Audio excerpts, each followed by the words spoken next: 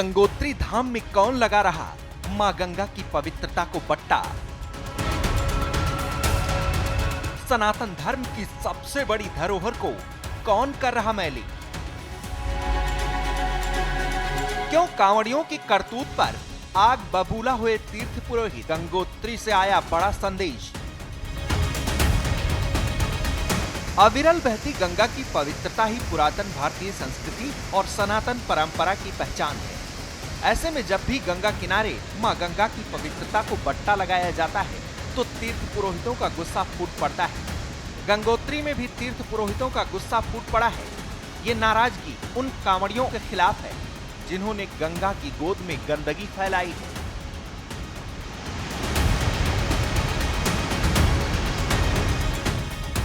तस्वीरों में आप साफ देख सकते हैं, ये गंगोत्री में मां गंगा का निर्मल किनारा है जिसे तीर्थयात्रियों की करतूत ने धूमिल कर दिया है। मां गंगा के किनारों में भारी मात्रा में कूड़ा कचरा नजर आ रहा है। ये कचरा कहीं और से नहीं बल्कि इसे फैलाया है उन कांवड़ियों और तीर्थयात्रियों ने जो पतित पावनी गंगा में अपने मन का मैल धोने आते हैं और घाट पर पुराने कपड़े पोटलियां छोड़कर चले जाते हैं। यात्रा सीजन और सावन महीने में गंगोत्री धाम में बड़ी संख्या में श्रद्धालुओं का हुजूम उमड़ता है। इसी दौरान कई श्रद्धालु अपनी जिम्मेदारियों से मुंह मोड़ते हुए गंगा के किनारों पर गंदगी का अंबार लगाकर चले जाते हैं। तीर्थ पुरोहितों ने इसी बात को लेकर नाराजगी जताई है। मैं सभी कांवड़ियों भाइयों को जिस प्रकार से गंगा जल यहाँ से ले जाते हैं ये अपने अंदर काफ़ी शुद्धता रखते हैं, पर मेरी इन लोगों से एक विनती है, जब ये यहाँ पे आते हैं माँ गंगा जी का जल भरते हैं, जिस आस्था से ये लोग जल भरते हैं उसी प्रकार से इन लोगों को माँ गंगा जी का भी स्वच्छता का ध्यान रखना चाहिए। परंतु ये लोग यहाँ पे आके गंगा मैया के घाट के किनारे अपने मैले पुराने वस्त्र यहाँ पे छोड़ के जाते हैं, जिससे यहाँ का गंगा मैया बड़ी प्रदूषित हो जाती है।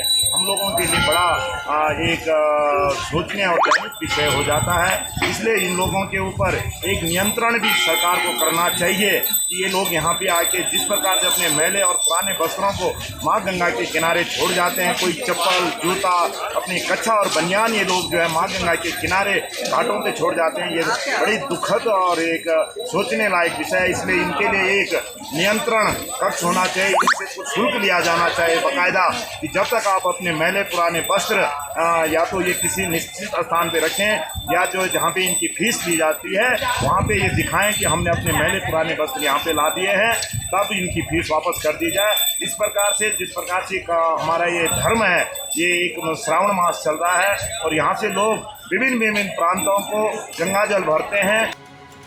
गंगोत्री धाम चार धाम का एक पवित्र धाम है। ऐसे में व्यवस्थापकों के साथ साथ श्रद्धालुओं की जिम्मेदारी है कि गंगा की महिमा और पवित्रता बरकरार रहे। गंगा के किनारों पर आने वाले श्रद्धालुओं को भी इसकी जिम्मेदारी लेनी होगी। गंगा की ये तस्वीरें जहां कहीं पुराने कपड़े पड़े हैं, कहीं जूते चप्पल पड़े हैं, तो कहीं पॉलीथीन दिखाई दे रही है। ये गंदगी आखिर में बहकर गंगा में समाती है, जिसके चलते मोक्षदायिनी मां गंगा की पवित्रता को दाग लग रहा है, जिसे लेकर तीर्थ पुरोहितों ने नाराजगी जताई है और आने वाले दिनों में इसे लेकर सख्त नियम बनाए जाने की मांग की है ताकि गंगा की पवित्रता बरकरार रहे और श्रद्धालु भी गंगा की पवित्र महिमा को समझ सकें।